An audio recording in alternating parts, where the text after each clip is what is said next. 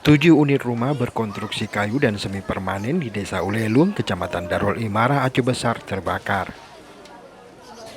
Tidak ada korban jiwa dalam kebakaran tersebut. Namun kebakaran ini menimbulkan kerugian ratusan juta rupiah.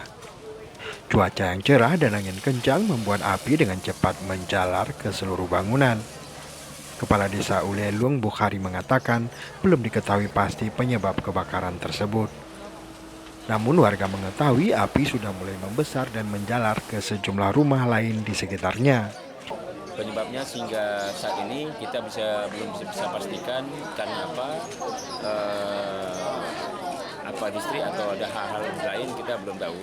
Itu mungkin tergantung penyelidikan lebih lanjut nanti bagaimana.